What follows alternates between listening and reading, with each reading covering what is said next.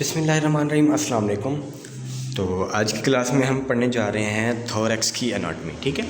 अच्छा, थोरैक्स की एनाटॉमी के बारे में आज पढ़ते हैं हम। तो फर्स्ट टॉपिक जो हमारा होगा for discussion is about thoracic cage. ठीक है।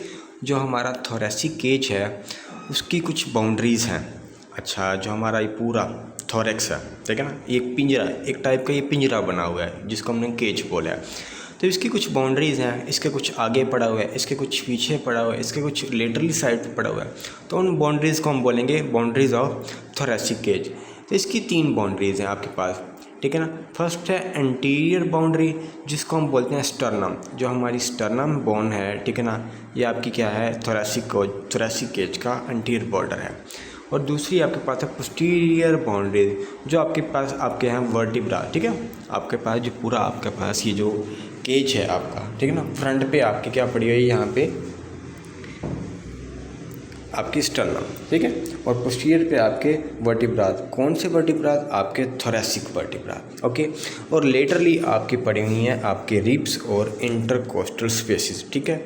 12 रिब्स हैं और 11 इंटरकोस्टल स्पेसिस आपकी पड़ी हुई हैं आपकी थोरैसिक केज में। अब वन बाय वन हम इनको पढ़ते हैं कि इनके बारे में है क्या। अब इस पिक्चर में देखिए, ठीक है, ये फ्रंट पे आपको नज़र आ रहा होगा, ये देखिए, ये आपका स्टर्नम है। पीछे ये देखिए T1 से लेके T12 तक ये सारे आपके वर्टिब्रास हैं। और लेटरली आपकी क्या पड़ी हुई हैं, ये रिब्स हैं। और उनके दरमियान में क्या है, ये इंटरकोस्टल स्पेसिस हैं। रिब्स कितनी हैं? 12। और उनके दरमियान जो स्पेसिस हैं उनको क्या बोलेंगे, इंटरकोस्टल स्पेसिस। और वो कितनी है, 11। ठीक हो गया। अब हम वन बाय वन इनकी एनाटॉमी के बारे में पढ़ते हैं कि स्टर्नम की एनाटॉमी के बारे में, फिर रिब्स की एनाटॉमी के बारे में। ठीक है। अच्छा, स्टर्नम की एनाटॉमी जो है ना वो इम्पॉर्टेंट है। वो आपसे इसके एनाटॉमिकल लैंडमार्क्स पूछे जा सकते हैं आपसे, ठीक है ना। तो फर्स्ट ऑफ ऑल जो स्टर्नम की एनाटॉमी है उसके बारे में हम पढ़ते हैं। ये देखिए, सबसे पहले जो इसके ऊपर वाला एक नॉच सा होता है, ठीक है ना, जिसको हम क्या बोलते हैं, सुप्रास्टर्नल नॉच। Suprasternal notch. ठीक है। अब इसके ना कुछ पार्ट्स हैं। पूरी जो आपकी स्टर्नम है इसके 3 पार्ट हैं। एक ये पार्ट है, एक ये पार्ट है और एक ये पार्ट है। एक ऊपर वाले पार्ट को हमने नाम दिया मेनुब्रा स्टर्नाए। क्या नाम दिया? मेनुब्रम स्टर्नाए। और अब इसके लैंडमार्क्स इंपॉर्टेंट हैं, ठीक है ना। हमने ये तो देख लिया कि पूरी आपका जो थोरैसिक केज है वो स्टार्ट हो रहा होता है T1 से लेके T12 तक, पूरे थोरैसिक वर्टेब्रा तक। जो आपका जो मेनुब्रा स्टर्नाए है ना, इसके है T3 और T4 के लेवल पे, ये याद रखिएगा, T3 और T4 के लेवल पर। ठीक है। जो आपकी बॉडी ऑफ स्टर्नम है ये 10 सेंटीमीटर की होती है, T5 से लेके T8 तक के लेवल तक होती है। और लास्ट पार्ट आपके पास है ज़ीफॉइड प्रोसेस ऑफ स्टर्नम, जो T9 के लेवल पे होता है। ठीक है। ये चीज़ें याद रखिएगा। आपके पास जो मेनुब्रा स्टर्नाए है उसका लेवल क्या है, T3 से T4। Body of sternum T5 से T18 और ज़ीफॉइड प्रोसेस T9 के लेवल पे होता है। ठीक है।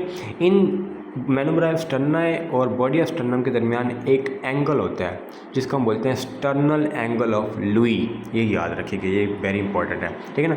और ये भी T4 के लेवल, T4 के लोअर एंड के लेवल पे होता है। लोअर एंड ऑफ T4 पे आपके पास क्या होता है, sternal angle of Louis which is present between manubrium sterni and the body of sternum.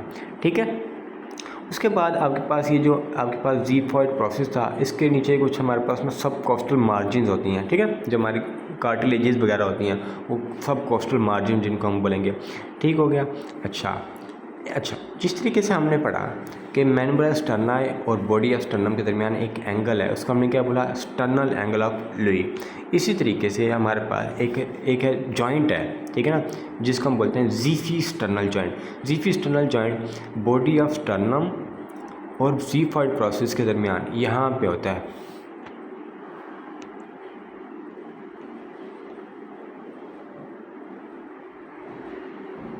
ठीक है।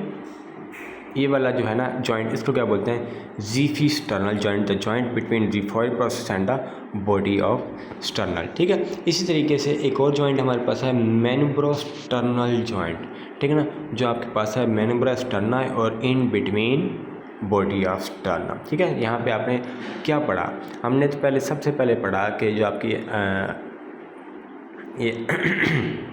ये जो आपकी है बोन है आपकी, ठीक है, उसके कितने पार्ट्स हैं, 3 पार्ट्स हैं। एक है मैनुब्रा स्टर्ना है, एक है बॉडी ऑफ स्टर्नम, एक है ज़िफॉइड प्रोसेस। फिर हमने एक एंगल के बारे में पढ़ा, जो एंगल था sternal angle of Louis between manubrium sterni and body of sternum.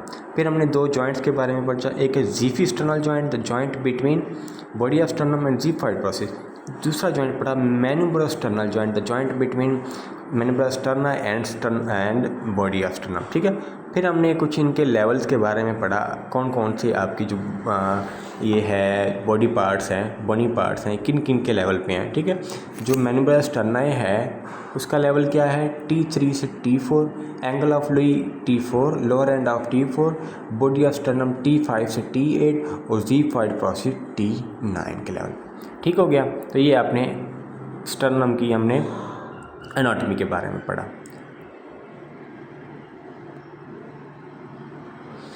अब हमने जो थोरेसिक केज का जो एंटीरियर बॉर्डर था उसकी एनाटॉमी के बारे में पढ़ लिया रिलेटेड टू स्टर्नम। ठीक है ना, अब बात करते हैं हम, इसमें आपको पिक्चर से दिखाता हूँ।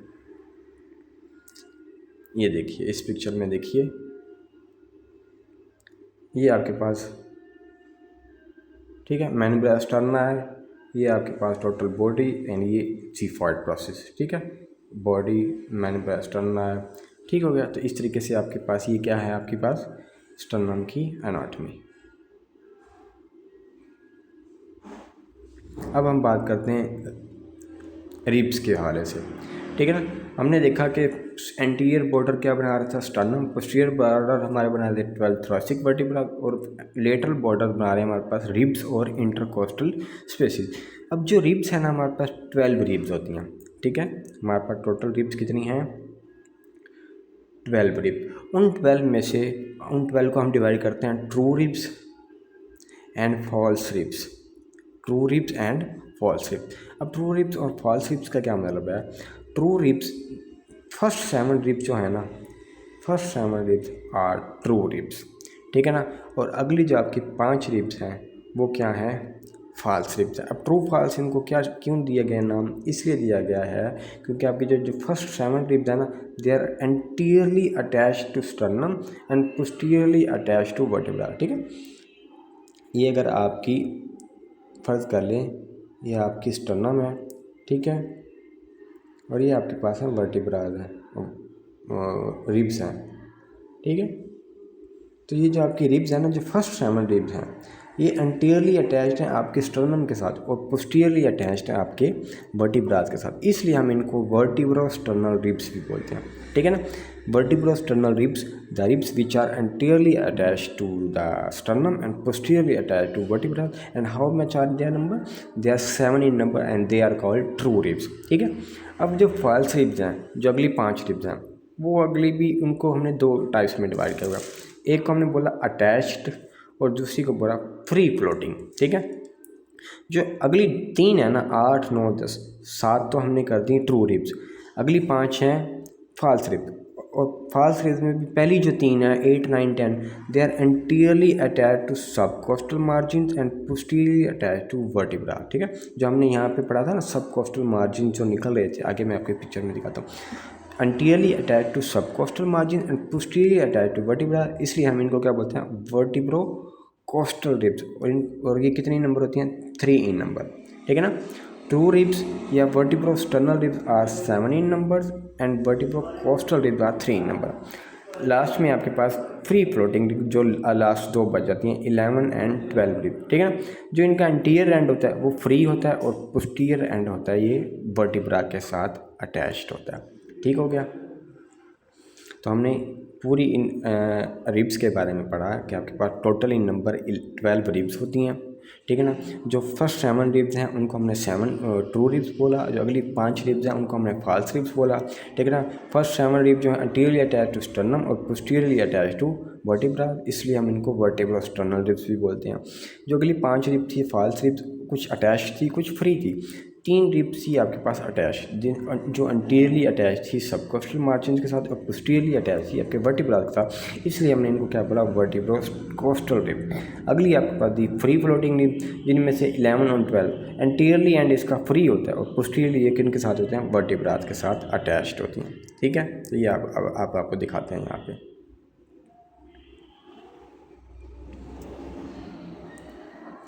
ये अब आपके पास हैं 12 रिब्स, ये 1 2 3 4 5 6 7, ठीक है ना। अब ये 7 रिब्स हैं जो एंटीरियरली अटैच थी डायरेक्टली टू स्टर्नम और पोस्टीरियरली अटैच है आपके पास वर्टिब्रा के साथ। ये कौन सी हैं, 2 रिब्स। अगली आपके पास है 1 2 3, ठीक है ना। जो अगली थी ये किसके साथ, ये आपके पास है सब कोस्टल मार्जिन है, इनके साथ अटैच है। बाकी एक ये फ्री रिब है और एक इसके पीछे होगी, ठीक है। ये रही, ये कौन सी है आपके पास, फ्री फ्लोटिंग रिब, ठीक है। ये देख रहे हैं इनका एंटीरियर रिब्स, ये देख रहे हैं ये फ्लोटिंग रिब्स है, ये किन के साथ अटैच्ड है, एंटीरियरली एंड इनका फ्री है और पोस्टीरियरली ये किन के साथ अटैच्ड है, ये देखिए T12 थोरेसिक वर्टिब्रा के साथ अटैच्ड है। इसी तरीके से आप इनमें देखिए ये आपके पास है 2 रिब्स हैं, फर्स्ट सेमिनल रिब्स हैं, ठीक है, यहाँ तक, और फॉल्स रिब्स 8 to 12, जिनमें से 11 और 12 आपके पास क्या है, फ्री फ्लोटिंग रिब्स। इस पिक्चर में देखिए,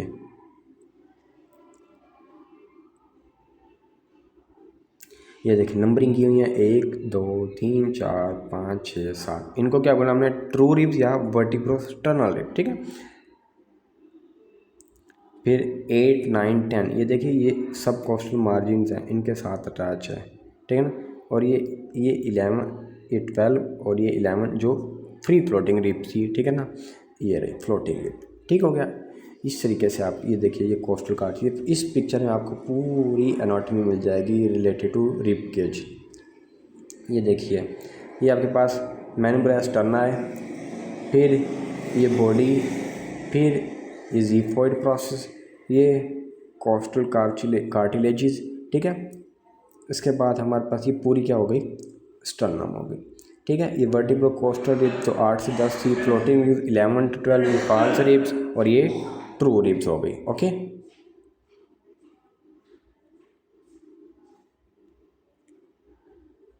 इस पिक्चर में भी सेम कुछ है, अगर आप देखें तो, ठीक हो गया। अच्छा, कुछ हमारी ना एटिपिकल रिब्स हैं, कुछ हमारे पास टिपिकल रिब्स हैं और कुछ हैं एटिपिकल रिब्स, ठीक है। आपके पास जो 4 ऐसी रिब्स हैं जो एटिपिकल हैं। एटिपिकल ऐसे हैं कि उनकी जो शेप है वो बाकी रिब से डिफरेंट है।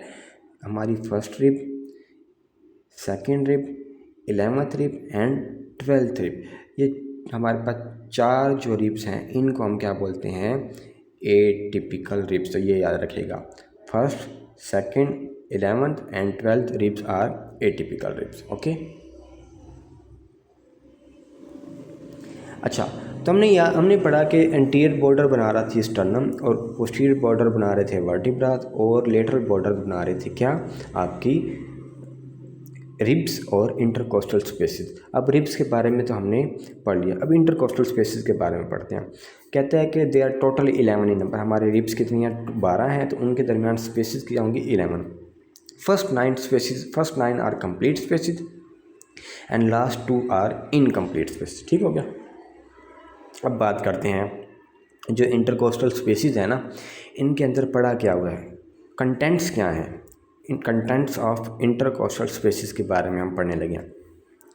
इनमें 3 चीज़ें हैं, एक तो पास आपके पास मसल्स हैं, आर्टरीज, वेन्स एंड नर्व्स, ठीक है। मसल्स, आर्टरीज, वेन्स, नर्व, ये क्या पढ़ेंगे आपके पास इंटरकोस्टल स्पेसिस में पढ़ेंगे। अब हम बात करते हैं इंटरकोस्टल मसल्स के बारे में, जो आपकी इंटरकोस्टल मसल्स हैं। अब वो है 3 मसल्स हैं आपके पास, एक है एक्सटर्नल इंटरकोस्टल मसल, एक है इंटरनल इंटरकोस्टल मसल और तीसरा है इनर मोस्ट इंटरकोस्टल मसल। अब इनके बारे में क्या है पढ़ते हैं। जो आपके एक्सटर्नल इंटरकोस्टल मसल्स हैं ना, they moves downward and anteriorly, ठीक है, डाउनवर्ड एंड एंटीरियरली ऐसे आ रहे हैं, ठीक है ना, and they are deficient anteriorly.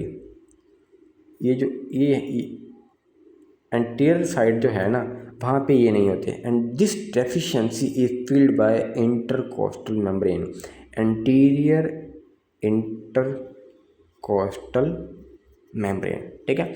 अब जो आपके एक्सटर्नल 3 टाइप्स के मसल्स हमने पढ़े, एक है external intercostal muscle, internal innermost. जो एक्सटर्नल इंटरकोस्टल मसल है ना they move downward and anteriorly and deficient anteriorly, आगे नहीं होते ये। ठीक है ना। और यहाँ पे ये नहीं होते तो इस डेफिशिएंसी को फिल क्या करती है internal intercostal membrane. And these muscles are responsible for inspiration. ठीक है। जो हम इंस्पायरेशन करते हैं उन ये मसल तब हमारी हेल्प करते हैं। अब हम बात करते हैं इंटरनल इंटरकोस्टल मसल, अपोजिट कर दें। ठीक है ना। They moves upward and posteriorly, they are deficient posteriorly and this deficiency is filled by posterior intercostal membrane and they are responsible for expiration। ठीक है। तो ये posteriorly मूव करते हैं और upward मूव करते हैं। ठीक है। और posteriorly ये डेफिशिएंट होंगे और इस डेफिशिएंसी को फिल क्या करेगी पोस्टीरियर इंटरकोस्टल मेम्ब्रेन और these muscles are responsible for what expiration. Inspiration के लिए कौन से मसल रिस्पॉन्सिबल हैं इन एक्सटर्नल इंटरकोस्टल मसल और एक्सपायरेशन के लिए इंटरनल इंटरकोस्टल मसल्स। ठीक है। ये देखिए इस पिक्चर में देखिए आपको 2 रिब्स दिखाई दे रही हैं और 2 रिब्स के दरमियान 3 मसल दिखाई दे रहे हैं। ये 1, ये 2, ये 2, तीसरा ये एक्सटर्नल है, ये इंटरनल है और ये इनर मोस्ट है। ठीक है। ये देखिए यहाँ पे, ये देखिए ये सारा क्या है एक्सटर्नल इंटर, ये देखिए ये they are move downward and anteriorly. ठीक है ना। और ये यहाँ पे नहीं है, पोस्टीरियरली नहीं है, तो ये क्या है, ये आपके पास इंटरनल इंटरकोस्टल मेम्ब्रेन है।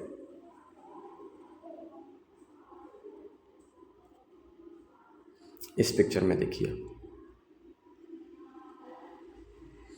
ये देखिए ये आपके पास क्या है एक्सटर्नल इंटरकोस्टल मसल। ठीक है ना।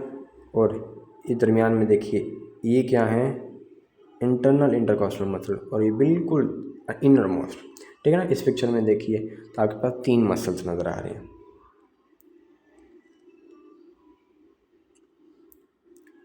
सेम इस पिक्चर में भी देखिए तो आपको सही मसल्स नज़र आ रहे होंगे।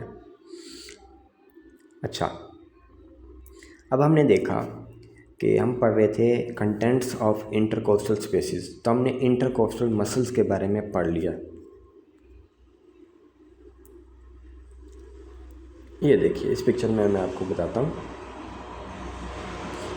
ये आपके पास है एक स्टर्नम, ये आपके पास वर्टिब्रा T1 T2। ठीक है ना।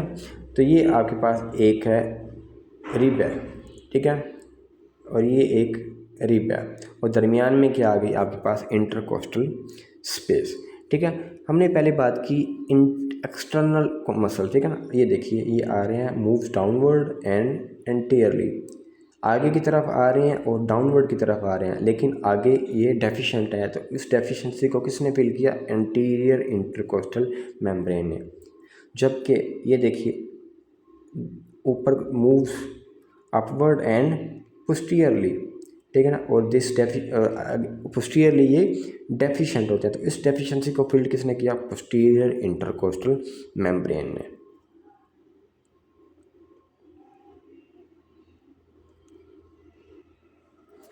अच्छा, फिर हमने इंटरकोस्टल मसल के बारे में पढ़ लिया।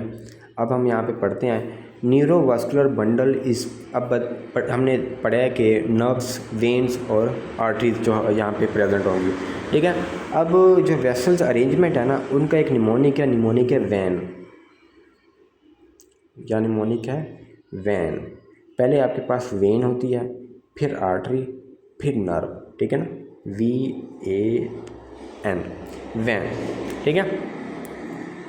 पहले आपके पास वेन होगी, फिर क्या होगी आर्टरी और फिर नर्व होगी। तो इस तरीके से आप neurovascular bundle in chest wall lies between internal and innermost layer. ठीक है।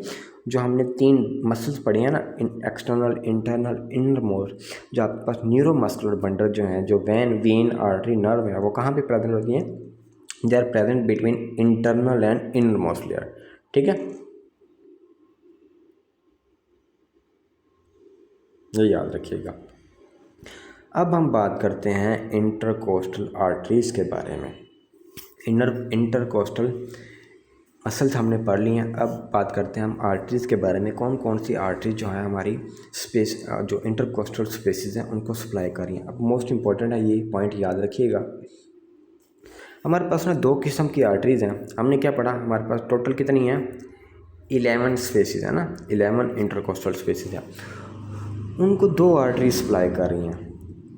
एक है 3 intercostal arteries which supply first 9 intercostal spaces, और एक है 1 intercostal artery which supply last 2 intercostal spaces. ठीक है, मतलब ये कि आपकी जो पहली 9 स्पेसिस है ना, उनको कोई और आर्टरी सप्लाई कर रही है, और लास्ट 2 जो इंटरकोस्टल स्पेसिस हैं उनको कोई और आर्टरी सप्लाई कर रही है। अब कौन कौन सी सप्लाई कर रही है उनको बात करते हैं। जो फर्स्ट 9 इंटरकोस्टल स्पेसिस हैं उनको 3 आर्टरी सप्लाई कर रही हैं। एक है पोस्टीरियर और 2 हैं एंटीरियर। ओके, तो मतलब ये कि आपके पास फर्स्ट 9 जो इंटरकोस्टल स्पेसिस हैं उनकी जो पोस्टीरियर ब्लड सप्लाई है वो एक ही आर्टरी सप्लाई कर रही है, और वो आर्टरी है, it is the branch of descending thoracic aorta. जो डिसेंडिंग थोरेसिक एओर्टा है, हमने जब एओर्टा की ब्रांचेस पढ़ी थी, ठीक है, तो वहाँ पे हमने डिसेंडिंग थोरेसिक एओर्टा पढ़ा था। तो डिसेंडिंग थोरेसिक एओर्टा एक ब्रांच देती है अपनी, ठीक है ना, जिसको हम क्या बोलते हैं, पोस्टीरियर इंटरकोस्टल आर्टरी, जो सप्लाई करती है हमारी फर्स्ट 9 इंटरकोस्टल स्पेसिस को पोस्टीरियर साइड पे। ठीक है, फिर आगे हमने पढ़ा कि 2 एंटीरियर हैं। 3 ब्रांचेस हमने पढ़ी हैं ना, एक तो सप्लाई कर रही है पोस्टीरियर को, 2 कर रही हैं एंटीरियर को, जिनमें से एक फर्स्ट 6 को सप्लाई कर रही है और दूसरी नेक्स्ट 3 को सप्लाई कर रही है। ठीक है जनाब, हम जो पहली 9 हमारे पास इंटरकोस्टल स्पेसिस हैं उनकी ब्लड सप्लाई कर रहे हैं, एंटीरियर भी पोस्टीरियर भी। पोस्टीरियर हमने पढ़ लिया है कि पोस्टीरियर को एक ही आर्टरी सप्लाई कर रही है जो ब्रांच है डिसेंडिंग थोरेसिक एओर्टा की। अब बात करते हैं एंटीरियर ब्लड सप्लाई की, फर्स्ट 9 इंटरकोस्टल स्पेसिस। ठीक है, तो उनको 2 आर्टरी सप्लाई करिए, एक सप्लाई करिए फर्स्ट 6 को और अगली सप्लाई करिए नेक्स्ट 3 को। जो फर्स्ट 6 को सप्लाई करिए, it is the branch of internal thoracic artery. अब ये ब्रांचेस आपने अच्छे से याद रखनी है। ठीक है, the artery which supply the posterior first 9 intercostal species is what, posterior intercostal artery which is the branch of descending thoracic aorta. और वो कौन सी आर्टरी जो आपकी फर्स्ट 6 इंटरकोस्टल स्पेसिस को सप्लाई कर रही हैं, वो है anterior intercostal artery which is the branch of internal thoracic artery. और जो अगली 3 को सप्लाई कर रही हैं which is the branch of मस्कुलोफ्रेनिक artery. ठीक है, ये याद रखिएगा। आगे आप मैं पिक्चर में आपको बताता हूँ कि कैसे कैसे ये डिवीजन होती है इनकी। ठीक है, तब हमने पूरी जो हमारी 9 इंटरकोस्टल स्पेसिस हैं उनकी ब्लड सप्लाई के बारे में पढ़ लिया कि जो पोस्टीरियर फर्स्ट 9 है उनको सप्लाई कर रही है एक पोस्टीरियर जो ब्रांच थी डिसेंडिंग थोरेसिक आर्टरी की। ठीक है, और फिर फर्स्ट 6 जो हमने एंटीरियर 9 को किया, फर्स्ट 6 को सप्लाई कर रही थी branch of internal thoracic artery, और नेक्स्ट सेव कर रही थी ब्रांच ऑफ मस्कुलोफ्रेनिक आर्टरी। ठीक है, अब हम बात करते हैं लास्ट 2 इंटरकोस्टल स्पेसिस की। लास्ट 2 इंटरकोस्टल स्पेसिस को एक हमारे पास पोस्टीरियर इंटरकोस्टल आर्टरी होती है जो ब्रांच है डिसेंडिंग थोरेसिक आर्टरी की। ठीक है, तो मतलब ये कि हमारे पास जो पूरी की पूरी, ठीक है ना, पूरी जो 11 हमारे पास पोस्टीरियर इंटरकोस्टल स्पेसिस हैं उनको कौन सप्लाई कर रही है, डिसेंडिंग थोरेसिक एओर्टा की ब्रांच सप्लाई कर रही है। ओके, अब हम पिक्चर में दिखाता हूँ आपको, फिर आपको सही से समझ आ जाएगी। जी जनाब, ये पिक्चर है आपके पास, ये इसको अच्छे से देखिएगा। अब ये आपके पास एक है स्टर्नम है, ठीक है, ये आपके पास एक वर्टिब्रा है, ये आपके पास फर्स्ट रिब, सेकंड रिब है, और ये फर्स्ट रिब है। इनके दरमियान क्या है, आपके पास इंटरकोस्टल स्पेस है। ठीक है, अगर अब आपको याद हो जब हमने एओर्टा की ब्रांचेस पढ़ी थी, ठीक है, एओर्टा की ब्रांचेस हमने एओर्टा को डिवाइड किया था, ठीक है ना, असेंडिंग एओर्टा, फिर आर्च ऑफ एओर्टा, फिर डिसेंडिंग एओर्टा, और फिर एब्डोमिनल एओर्टा। ठीक है। जबकि यहाँ पे जो थी एक आर्च ऑफ एओर्टा थी, वो एक सप्लाई 3 ब्रांचेस दे रही थी आर्च ऑफ एओर्टा, ठीक है। एक दे रही थी left subclavian, right left common carotid, और एक ब्रेकियोसेफेलिक ट्रंक। ब्रेकियोसेफेलिक ट्रंक आगे 2 दे रही थी, राइट कॉमन कैरोटिड और राइट सबक्लेवियन आर्टरी, ठीक है ना। जो आपके पास सबक्लेवियन आर्टरी जो है ना, उसकी ब्रांच है हमारे पास इंटरनल थोरैसिक आर्टरी, ठीक है। इंटरनल थोरैसिक आर्टरी किसकी ब्रांच है? सबक्लेवियन की। और सबक्लेवियन किसकी ब्रांच है? आपके पास आर्च ऑफ एओर्टा की, ठीक है। यही जो इंटरनल थोरैसिक आर्टरी है, ये आपके पास सप्लाई कर रही थी आपकी इंटरनल इंटरकोस्टल स्पेसिस को, ठीक है। लेकिन होता क्या है? होता ये है कि जैसे ही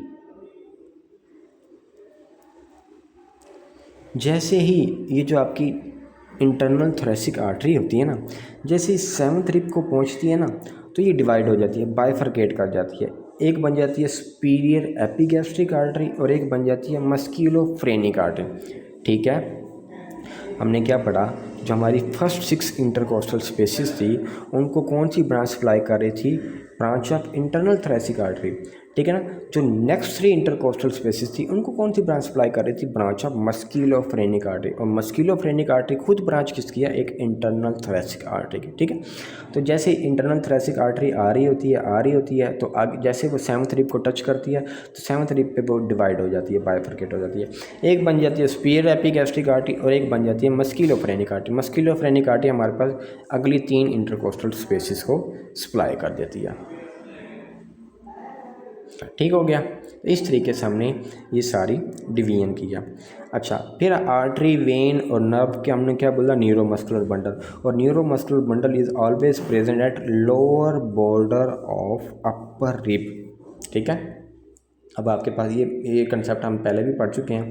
ये आपके पास 2 रिब्स हैं, एक ये अपर रिब है और ये एक लोअर रिब है। आपका न्यूरोमस्कुलर बंडल कहाँ पे पड़ा हुआ है? आपका न्यूरोमस्कुलर बंडल पड़ा हुआ है जनाब lower border of upper rib. यहाँ पे ये अपर रिब है, इसके लोअर बॉर्डर पे आपके पास पड़ा हुआ है।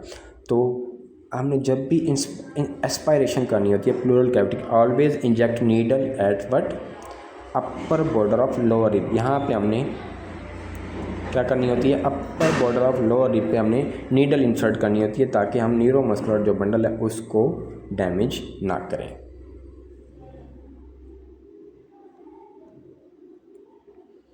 अब इस पिक्चर में देखिए,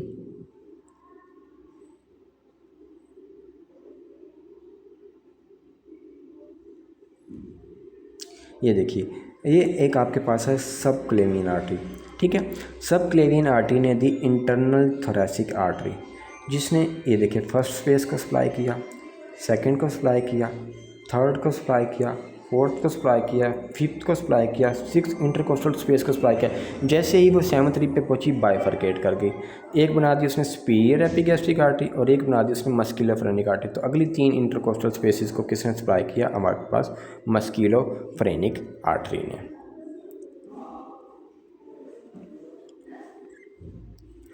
जी जनाब, इस पिक्चर में देखिए,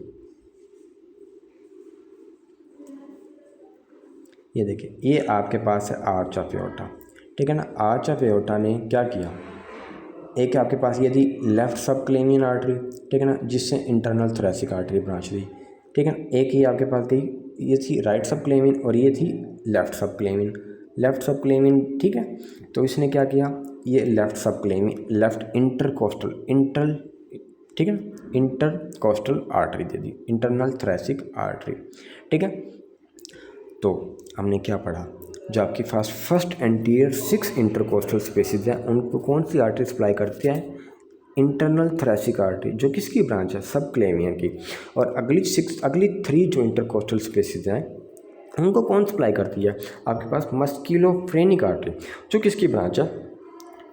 इंटरनल थोरैसिक आर्टरी की। ओके हो गया। तो इस तरीके से आपके पास ये है, आपके पास कंप्लीट जो है आर्टीरियल सप्लाई ऑफ योर ये देखिए इस पिक्चर में देखिए एक एक नर्व आप एक एक आर्टरी जो है आपके पास इंटरनल कोस्टल स्पेसेस को सप्लाई कर रही है। ठीक हो गया। तो इस पिक्चर में भी सेम कुछ ही है जो हम पढ़ के आ चुके हैं। ठीक है, तो इस तरीके से हमने आज की क्लास में क्या पढ़ा, हमने थोरेसिक केज के बारे में पढ़ा, ठीक है ना, उसकी बाउंड्रीज़ के बारे में पढ़ा, स्टर्नम की एनाटॉमी के बारे में पढ़ा, रिब्स के बारे में पढ़ा, इंटरकोस्टल स्पेसिस के बारे में पढ़ा। इंटरकोस्टल स्पेसिस में फिर हैं क्या, मसल्स के बारे में पढ़ा, कौन से मसल इंस्पायरेशन के लिए रिस्पॉन्सिबल हैं, कौन से मसल एक्सपायरेशन के लिए रिस्पॉन्सिबल है।